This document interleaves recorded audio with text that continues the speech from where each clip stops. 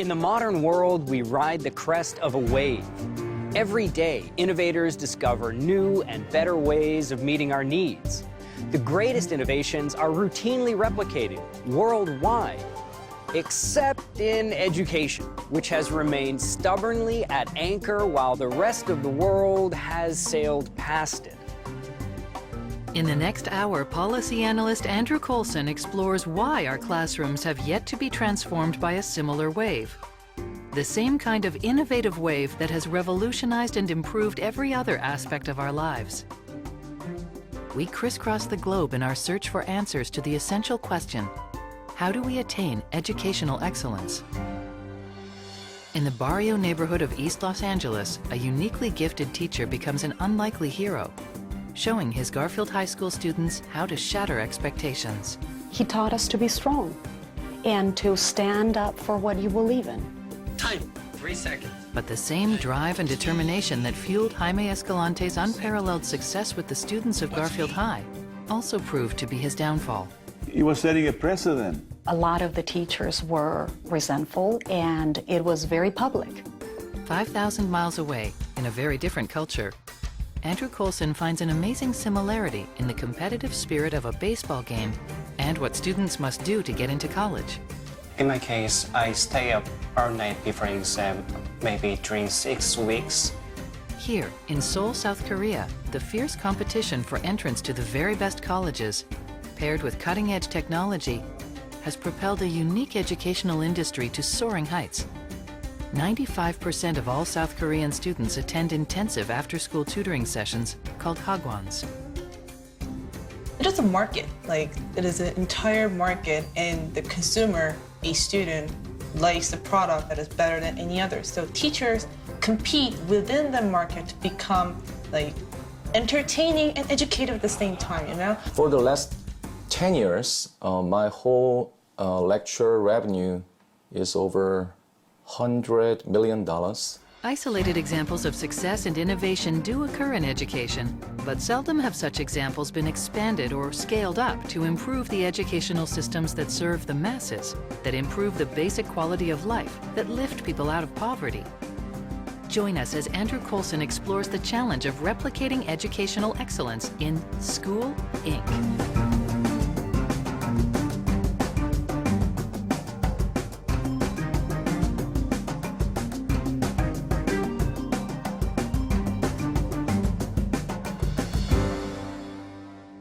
Major funding for this program has been provided by Rosemarie and Jack R. Anderson Foundation, Prometheus Foundation.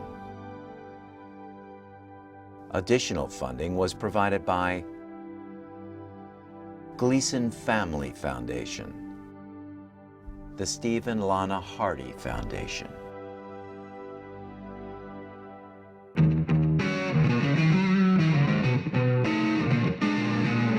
It's often said that education is different from other fields. And there's one respect in which that's certainly true. But to really see it, we have to stop and step back in time to the late 1970s.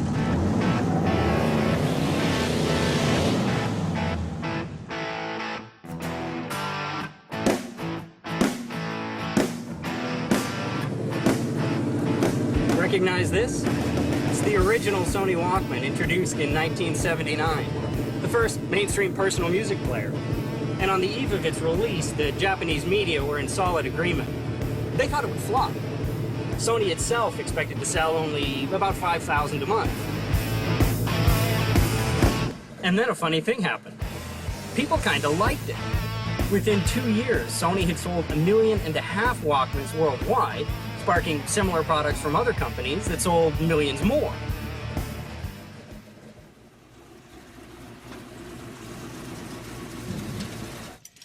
But that was just the beginning. Every year or two, new and improved models hit the market. To earn enough to buy the original Walkman, you had to work 2 weeks at a typical minimum wage job. And that was for lo-fi sound on cassettes you had to flip over every half an hour. What's really amazing about the rapid spread and improvement of personal audio players is that it isn't amazing at all. It's perfectly normal. Great new gadgets and services are appearing and going viral every day. A decade ago, no one had ever heard of Google. Now they do tens of thousands of internet searches per second. Facebook went from 0 to 500 million members in just 5 years.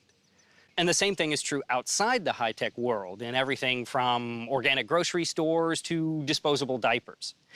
Basically, invent something good, and it gets big.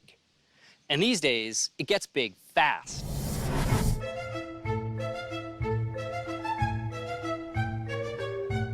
But of all the products we make and the services we provide, there's one that stands out as an exception to that overall pattern. One activity in which excellence doesn't spawn countless imitators or spread on a massive scale. And that exception is schooling. For generations, there hasn't been a single innovation in teaching that has transformed classrooms and improved student achievement worldwide. The closest thing to it can be found here, inside this 19th century schoolhouse. Let's have a look. And here it is, the blackboard. For the first 2,000 years of education history, it was hard for teachers to communicate complex visual information to groups of students. Wax tablets, like the one shown in this Greek vase painting, had been around since the 5th century BC, and that's how children learned to write, etching letters into the wax, rubbing them out, and starting over. Useful as they were, they didn't allow teachers to reach the whole class all at once. 20 centuries later, we'd made the great leap forward to these: slate tablets and chalk. Bit of an improvement, certainly they're easier to erase, but it wasn't until the late 1700s that a Scottish schoolmaster named James Pillins had a really clever idea. He took all of those tablets off of students' laps and he hung them together on the wall. Suddenly, every student could see exactly what Pillins was talking about at the same time.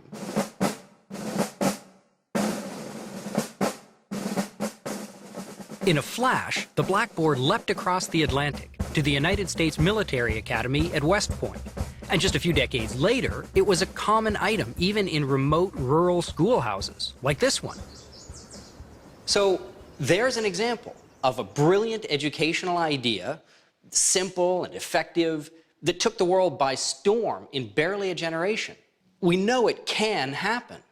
But that was 200 years ago, and nothing quite like it has happened since. Why haven't our classrooms been transformed by that same pattern of improvement and innovation that we take for granted in every other aspect of our lives? It's not that we haven't tried. Schools have adopted all sorts of new technologies over the years, from projectors to personal computers to smart whiteboards. The trouble is that none of these new inventions has improved outcomes, measurable outcomes, on a global scale. Let's take a look at something. American test scores at the end of high school have been flat since we started keeping track of them all the way back in the early 1970s. And the same thing is true in most other countries as well. Basically, educational quality has been stuck in the era of disco and leisure suits for 40 years, while the rest of the world has passed it by.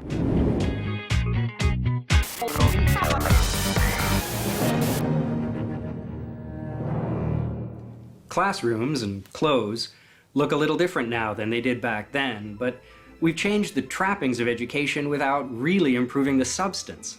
The best schools haven't grown and taken over the less successful ones. The best teaching methods haven't been replicated on a mass scale.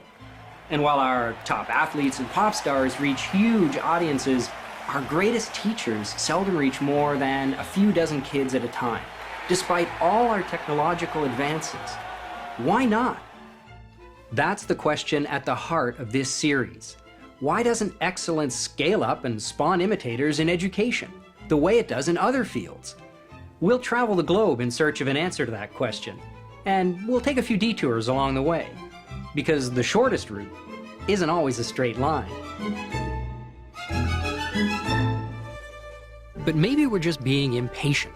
And if we wait a few years, education will catch up to the pace of progress in other fields. After all, the rapid spread of new technologies and ideas, that's an incredibly recent phenomenon, isn't it?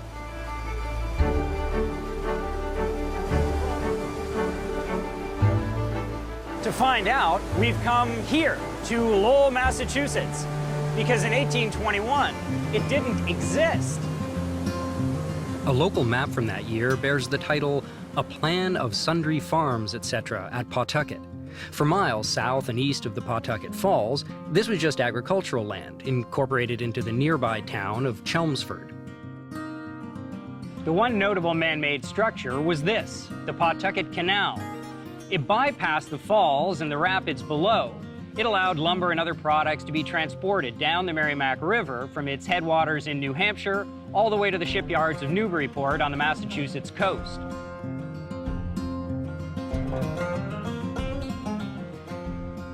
Completed in 1796, it was a pretty sweet racket, generating a steady revenue stream from its toll fees.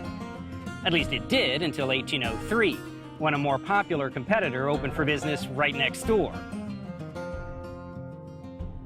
So the Pawtucket Canal lost its monopoly, and a lot of its business and revenue along with it.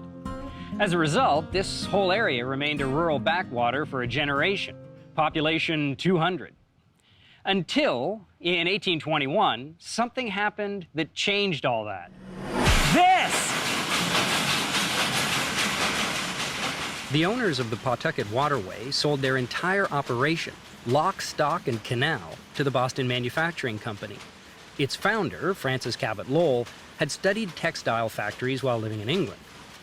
Studied a little more closely than their owners seemed to realize.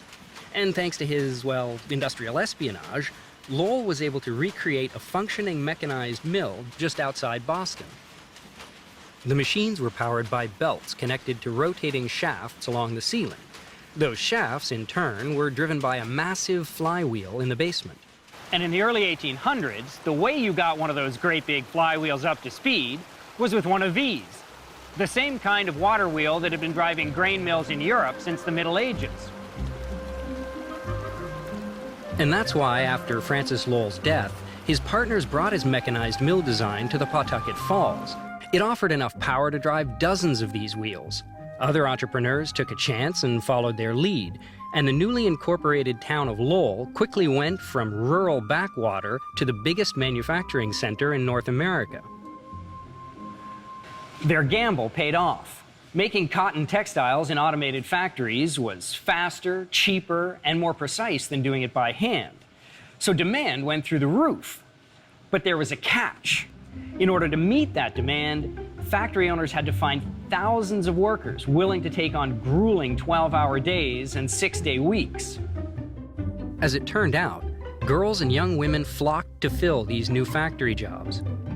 In 1836, a mill girl named Hannah Wilson wrote to discourage her friend Mary from coming to Lowell in search of factory work.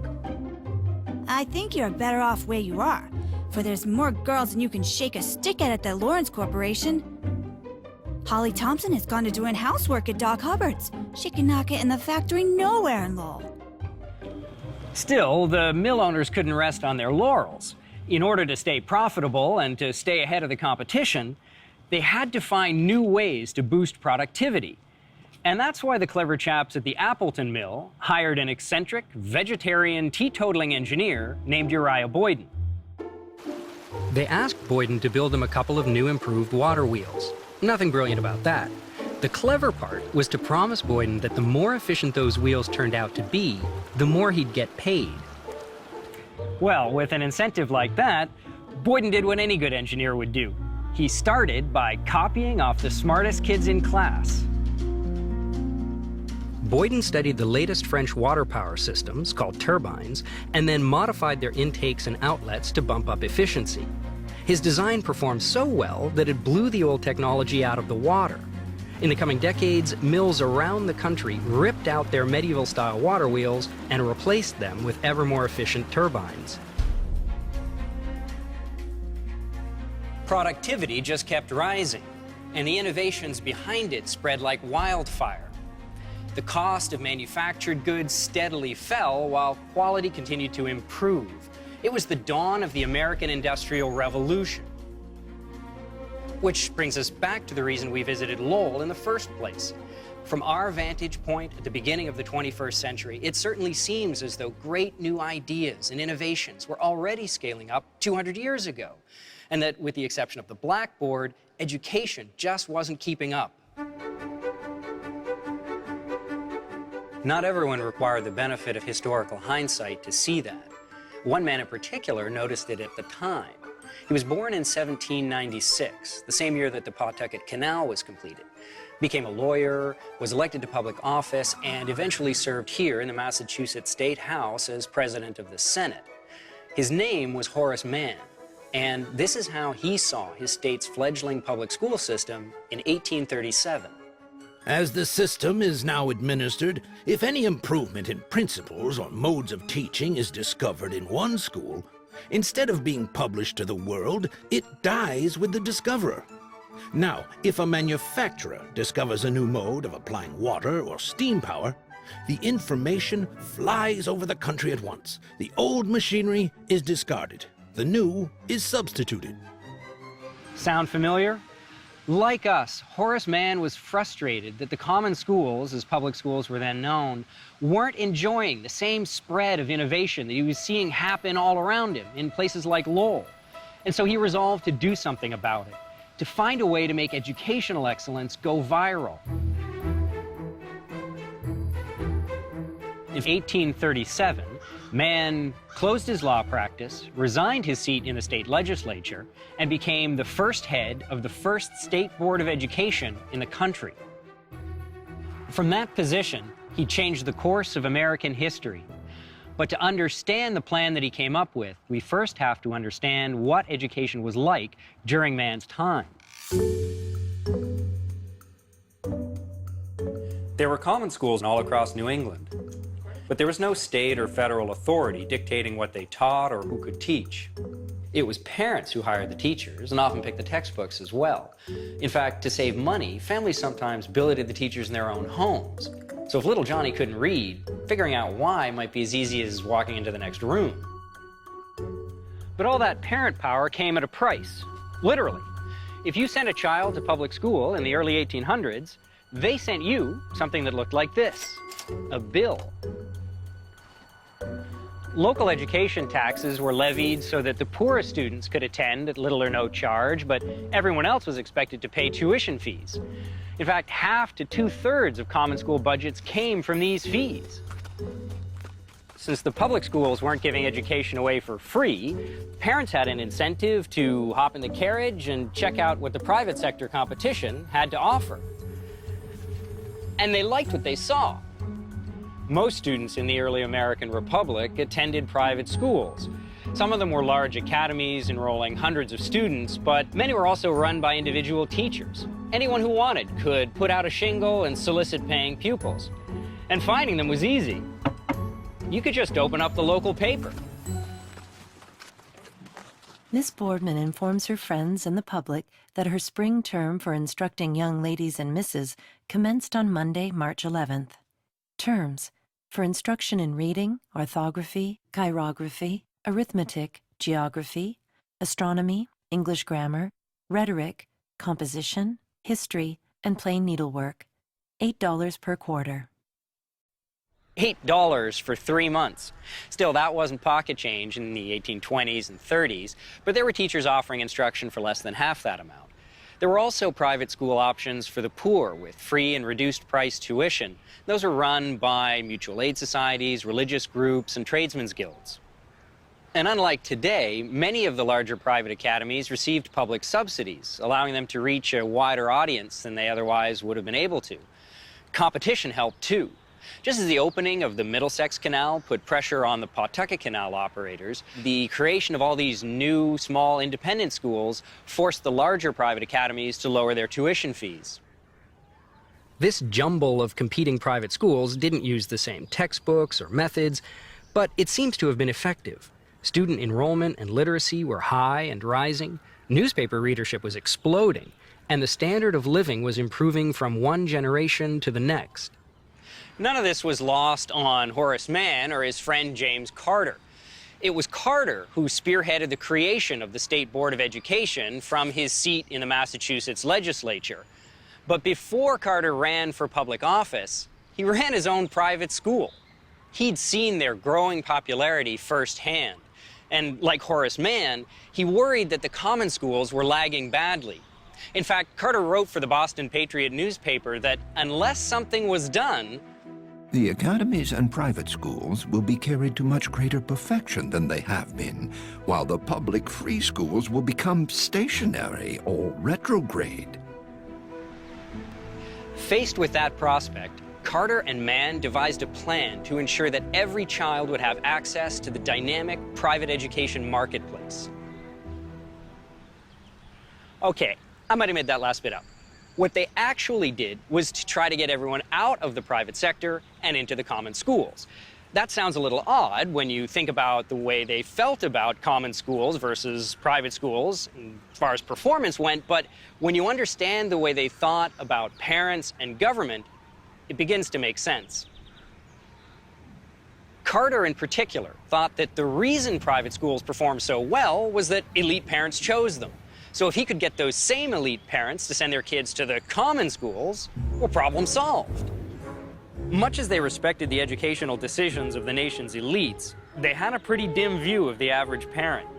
Referring to young children, Carter had this to say: Their whole education, if it may be called by that name, is drawn from parental examples, which are not always the best, and are oftentimes the most corrupt.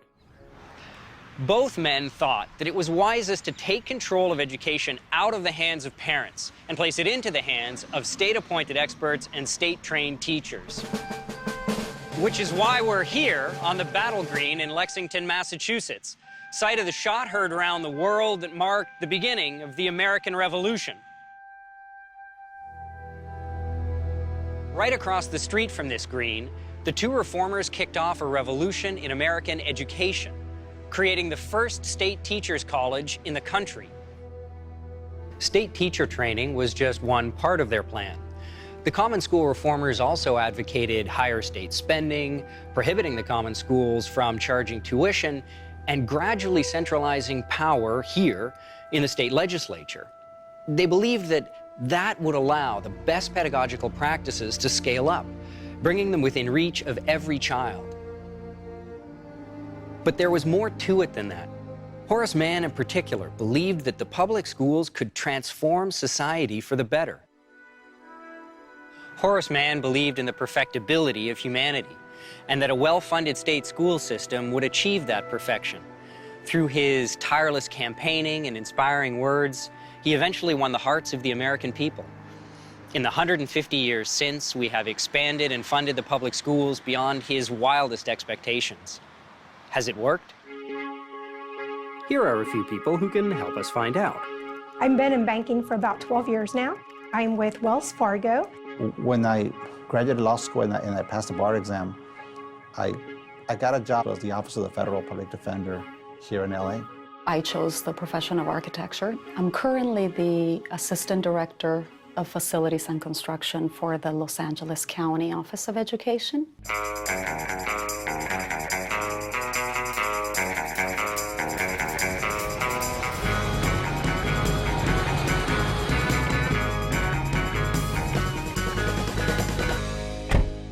The people you've just seen have a lot in common. It's not just that they're all high achievers with successful careers. Every one of them went to the same public high school. This is Beverly Hills High School, as seen on TV. 98% of its seniors graduate, and virtually all of them go on to college.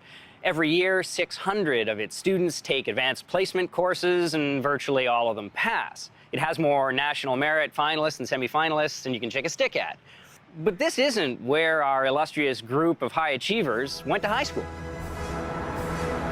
Taxi!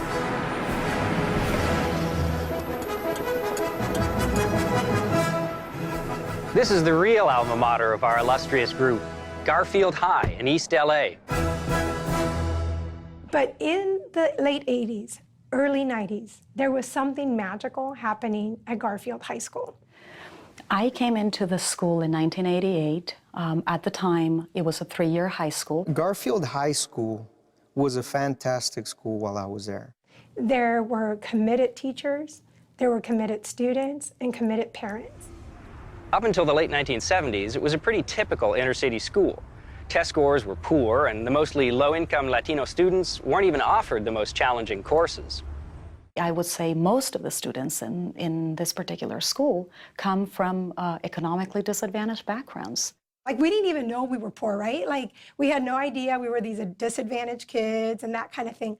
But by 1988, more students were passing the advanced placement calculus test here at Garfield than at Beverly Hills High. 1 out of every 4 Mexican Americans who passed AP Calculus nationwide attended Garfield. Why? Jaime Escalante. Jaime Escalante. Jaime Escalante. Time. 3 seconds. As a teacher, he was fantastic. Este. You can talk to a number of students about Jaime Escalante, and they tell you what a wonderful teacher he was. What I could say today is that he had a major impact in my life. Each of us remember the great teacher, the one who touched our life. From the time he started teaching at Garfield in 1974, Jaime Escalante worked as if his life depended on the success of his students. The mathematics program chair and driven by Mr. Escalante at the time was very rigorous. There was nothing but excellence expected of us students. Hence, we had to step up to the challenge. I did not want to disappoint him. And that's something that I think you'll probably find from other students. We did not want to disappoint Jaime. By 1982, the results were beyond belief. Literally, his students performed so far above expectations on the AP Calculus test that the Educational Testing Service suspected cheating and threw out their scores. Undaunted, they retook it and came through with flying colors a second time. He taught us to be strong and to stand up for what you believe in. Hollywood noticed, dramatizing the story in the movie Stand and Deliver.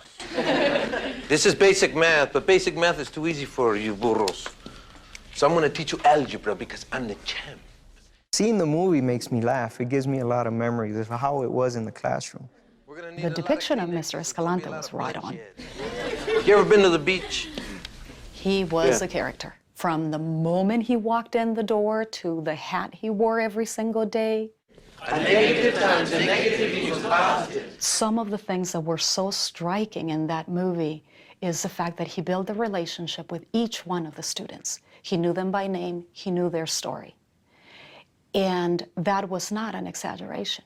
He knew our stories. One of the things I still admire about him is his ability to continue teaching even after he was famous and he had attention. He was still a teacher at heart, and he taught me everything I needed to be prepared for college. In art as in life, Escalante had a simple message for his students. With enough drive and hard work, the sky was the limit. Ganas is something that any of us can attain. Culturally, it goes to kind of the gut of who you are and your soul. The lessons I learned from Jaime, I apply them every day. I apply them with my children. And I talk about Jaime, and I talk about the ganas, that you need to have the desire. Nothing's for free. You have to work really hard if you want to achieve anything. We lived in a community that is generally poor. But we are the most hardworking individuals that you could find. And that's exactly what Mr. Escalante tapped into. The willingness to work and the willingness to find that path. Certainly his students did well on their high school math tests, but did they retain what they'd learned long enough to build it into successful lives and careers? It's an important question because a lot of technical jobs require math, especially if you're reaching for the stars. This is the Mount Wilson Observatory, high in the mountains of the Angeles National Forest. From this telescope, Edwin Hubble made observations back in the 1920s that dramatically changed our understanding of the universe. Virtually everyone at the time assumed that the universe was static. It was Hubble who showed that it's continually expanding, giving rise to the Big Bang theory for the origin of space and time. Needless to say, for this kind of work, you need a fair bit of math. I work at JPL. I've been there, actually, I hired there right out of high school. I'm a supervisor of the mechanical integration group, and what we basically do is assemble spacecraft. Mars Science Laboratory is a beast of a spacecraft. It's the size of a Mini Cooper. Say you wanted to build a laser-packing, rock-analyzing, nuclear-powered robot, strap it to a rocket, and send it to Mars. Would having attended classes with Jaime Escalante in high school have helped get you there? Getting to his classroom was an incredible experience, and I don't know how far I would have gotten without him. I think my current job had to do with him. I went to college, and in college we had 4 calculus classes to take, 4 levels of calculus, and then there was still another 3 levels of math class above that. In every one of those classes that I took, there was always a subject that I had already learned in Mr. Jaime Escalante's class in high school. Of course, engineers and scientists aren't the only folks who use math. Nor is Sergio Valdez the only student who benefited from his time in Escalante's classroom. But what good is a fantastic math teacher if you want to pursue a career in fine arts, or journalism, or the law? I often ask myself, why is it that, even now, I'm 47 years old, it's Jaime that I remember the most. And I think it's because he inspired me the most. Okay, so Jaime Escalante did have a lasting impact, and it reached beyond the students who were particularly interested in mathematics.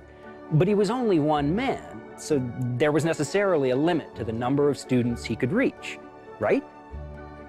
You might think so, based on the nickname that his students gave him. They called him Chemo, short for... Chemo sabe. You Chemo sabe. Chemo sabe? Chemo sabe is what the Native American Tonto character affectionately called... The Lone Ranger. Mr. Escalante was very informal with his students. He was a kidder. He was a joker. The whole concept of being that familiar with your teacher is probably one of those things that, defines the personality of the teacher and the personality of the student.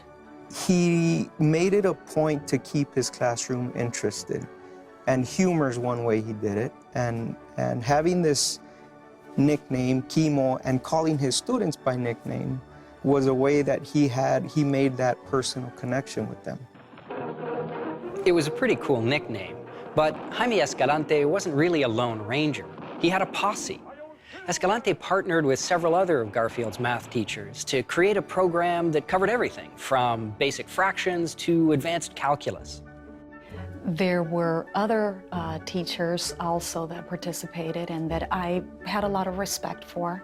And it was with this team that Escalante created a program bigger than himself, able to produce so many high achievers, even ones who never set foot in his classroom. Started teaching here at Griffith Junior High, around the corner from Garfield. One of my ex-students, she was taking a class with Escalante. One day she said, Mr. V, you have to meet Escalante because you remind me of him. She arranged the meeting, and I went there, and we sat down after school for an hour or so. We talked, and we clicked. And he said, I want you to come and work with me. I want you to be part of my team. Louder! A negative plus a negative equals a positive. Why? The movie Stand and Deliver ends on a high note, with Escalante's students proving the skeptics wrong. But the story of his mathematics program at Garfield does not have a Hollywood ending. When the film was released in 1988, Garfield's math program was bigger and more successful than ever. Before I came to Garfield, I had never heard of Mr. Jaime Escalante. But sure enough, as soon as you step foot on campus, you hear about Mr. Jaime Escalante and you hear about the math program. Every single week, there was a new film crew coming in.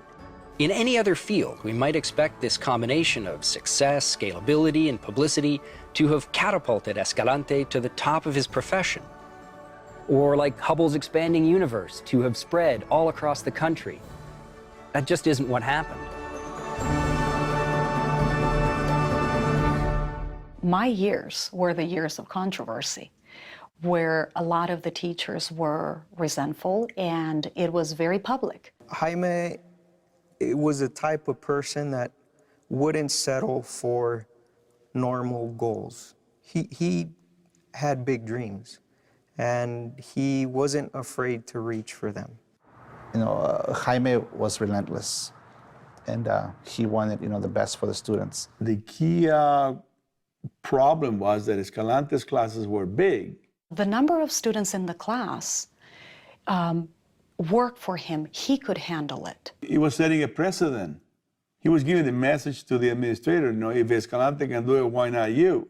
The union helped Mr. Jimenez, who was the other calculus teacher, or helped him to believe that he could run as a chairperson and be the chairperson, which he did. And that was done, you know, in the background. They hide it from Escalante.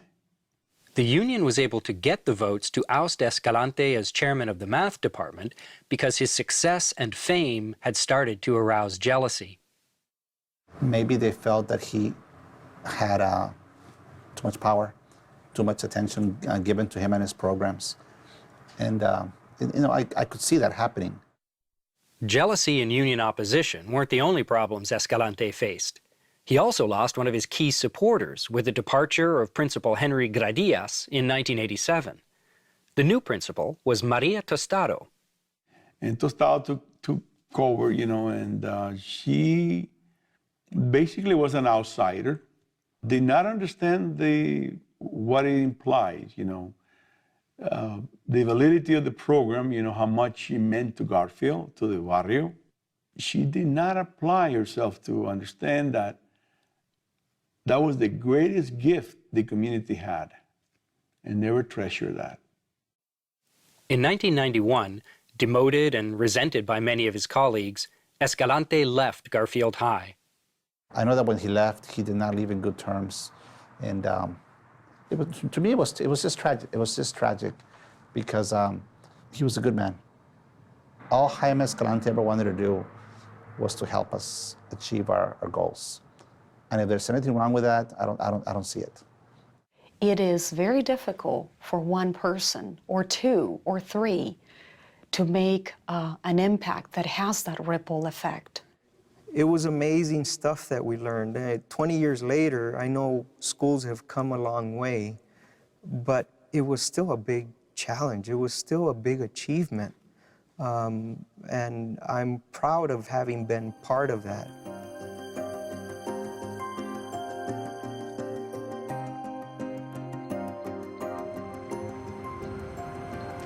Nearly 2 centuries ago, Horace Mann thought he'd found a way to bring the greatest teachers and schools within reach of every child. But as Jaime Escalante's experience illustrates, we still haven't achieved that goal. That's the bad news. The good news is that there are places where educational excellence is scaling up. Which is why our next stop is a baseball game in South Korea.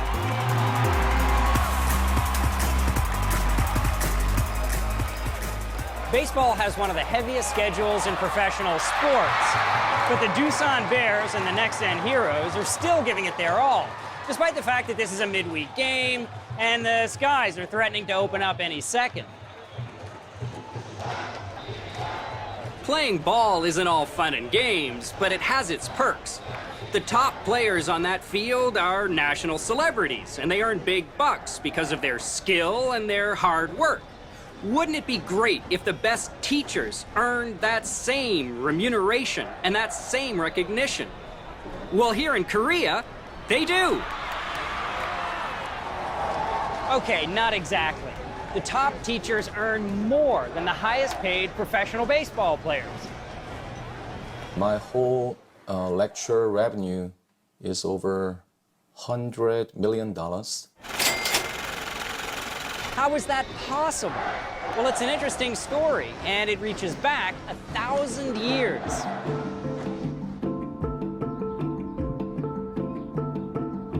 In 958, Korea's Goryeo dynasty started doling out government jobs to whoever scored highest on a national service exam. The subject matter was mainly Confucian literature and mathematics, and only the ruling elite could afford to prepare their children for it. But it sent a powerful message. Academic excellence was the road to success. It wasn't until the late 1800s that the national service exam was finally abolished, and the hermit kingdom, as Korea had been known, finally started opening up to the outside world.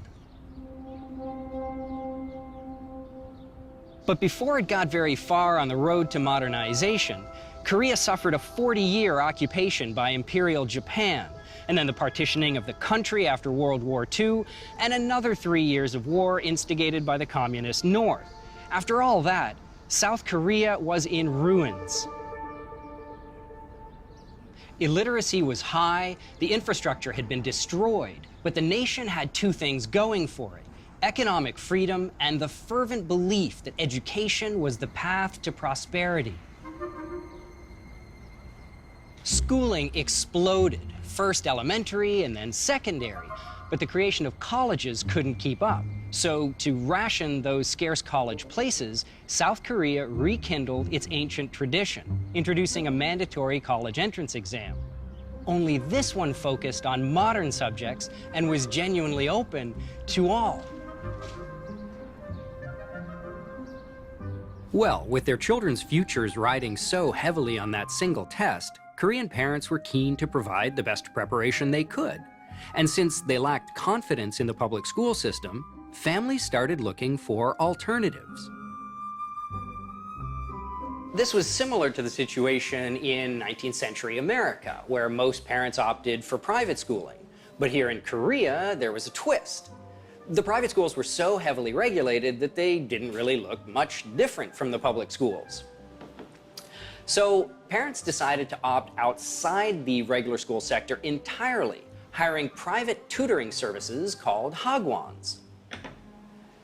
These hagwons were popular with parents, but they weren't popular with everyone. Government officials in charge of public schooling worried that they would lead to inequality in the education system. And so in 1980, they outlawed most private tutoring. This prohibition on after-school tutoring was every bit as effective as America's prohibition on alcohol.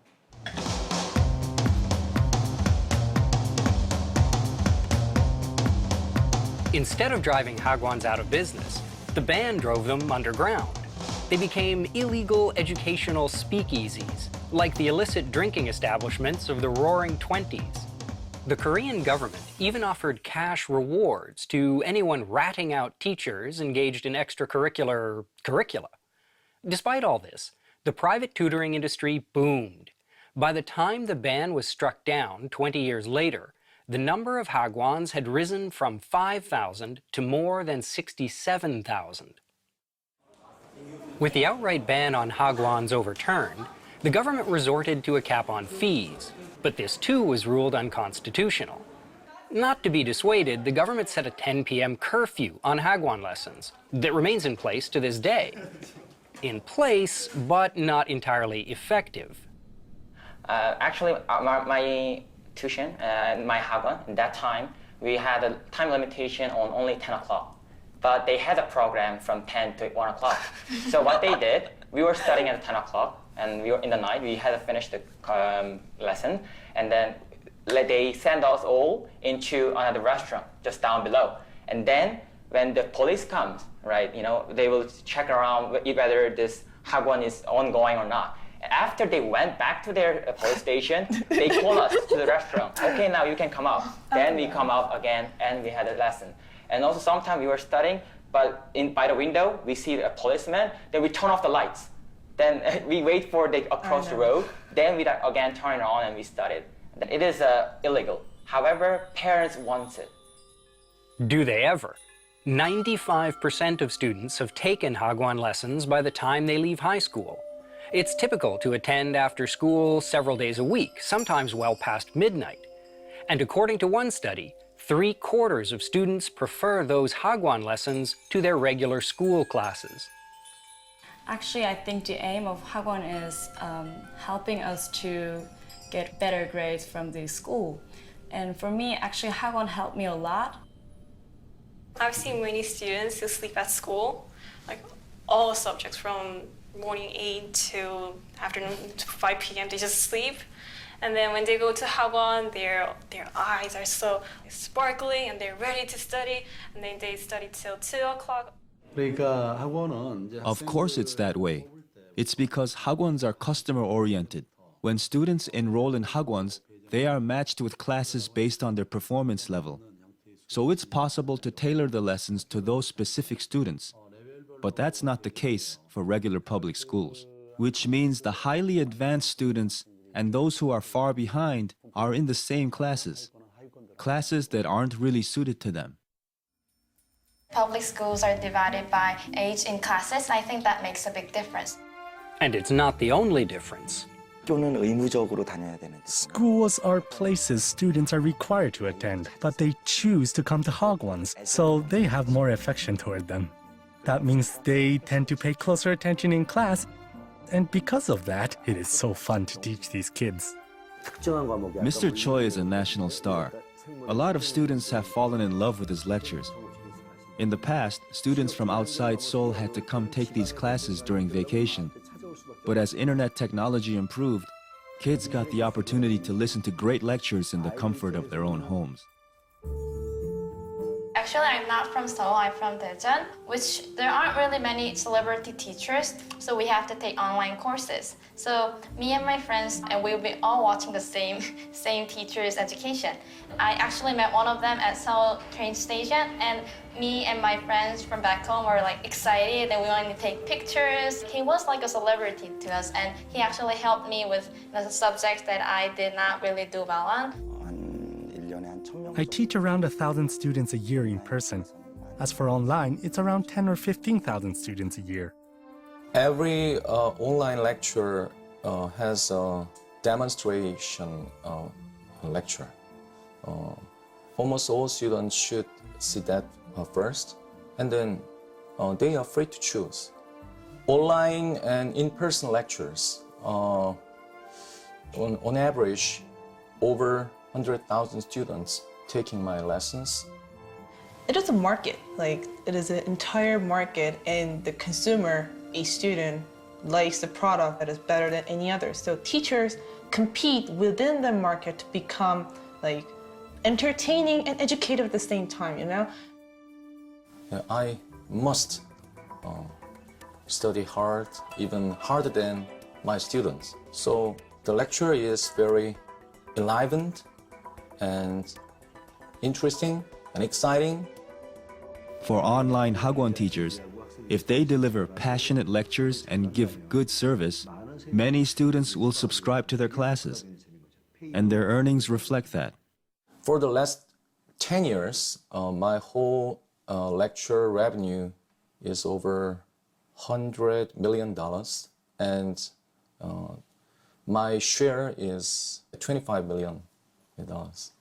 But at this point, the regular schools teachers, if they worked harder, there would be nothing. There could be nothing for their more efforts. Public high schools, the salary is seniority based, or seniority by age, right? Experience. And even though you teach very well, that usually you're not compensated for that. Not just in Korea, but also in America. There's nothing like that motivational compensation system. The best thing about teaching in hagwons is the freedom it guarantees about everything, as long as I'm doing a good job. But at hagwons, you must renew your contract every year. If the feedback and surveys from students are not good, you could be let go. It's a sort of carrot and stick approach. You could be let go, or you could be paid more. So hagwon teachers have no choice but to develop themselves in the best ways they can. There is a book called Professor Farnsworth's Explanations in Biology. It left a lasting impression on me. In that book, he says that everybody has a natural instinct to share what they know. To be able to share the things that you know and get paid for doing that is actually a miracle. The same freedoms and incentives that are driving the success of Hagwons have also created what people call the miracle of the Han River. Korea's rise in barely 2 generations from a war-torn ruin to, well, this.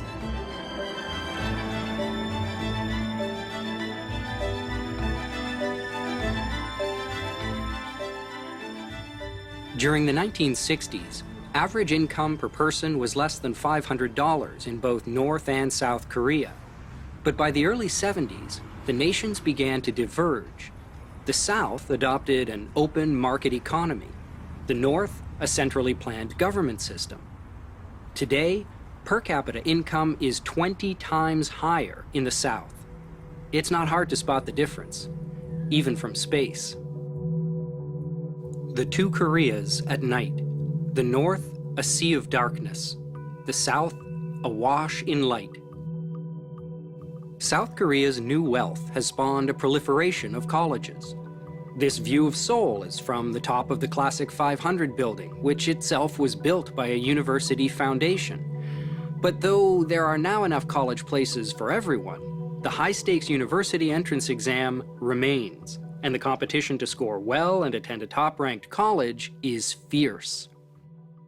It's fair to say that Korea's combination of hiring practices, high-stakes exams, and intense education culture have combined to make life pretty tough for students. In my case, I stay up all night before exam, maybe during 6 weeks, so I got under pressure a lot. Traditionally in Korea, the educational level of a person has played a crucial role in determining his or her status in society. You know, everything is measured by which college you enter. This is not good system. So I think definitely we have too much pressure, right? That's true. Actually, I find this deeply troubling. I feel that the kids are suffering in this system that is created by adults. And yet other students seem to take the academic pressure in stride. If I look back, I think it was not all just study. You know, I had fun with my friends studying, and I kind of enjoyed it. And I wanted to do more to, you know, succeed and do better. And I liked learning. So I think not all Koreans are like, I don't want everyone to pity the Korean students because we study a lot. Sometimes we kind of enjoy it because we are doing it for ourselves. And it's hard to undo a 1,000-year tradition. But there are signs of change. For one, businesses are finally starting to look beyond elite college degrees when sifting through their applicants' resumes. In the past, big companies, they were kind of lazy. So they just depend on the screening device. But now they realize that maybe good managers, good employees may not directly have to do with the college diploma. Korea's challenge is to find a way of easing the pressure on its students while building on the key strength of its Hagwon sector, the ability to bring top teachers within reach of a massive audience. Our challenge is to figure out how they do it. Could it have something to do with the freedoms and incentives of Korea's tutoring sector? Its teachers have tremendous autonomy. They're constantly striving to improve their services to stay ahead of the competition. And the more students they serve, the more money they bring in. All of that's also true of private schools back here in the United States. So if that's the recipe for replicating excellence, we'd expect to see the same kind of growth among US private schools. Do we? Let's find out.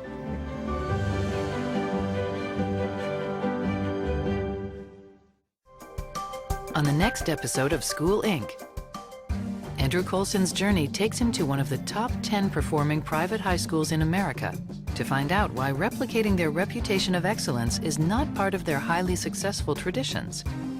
In Austin, Texas, he visits a remarkable charter school system where scaling up and expansion has become a source of community pride. And Coulson visits Chile to ask, What could winemaking and education possibly have in common?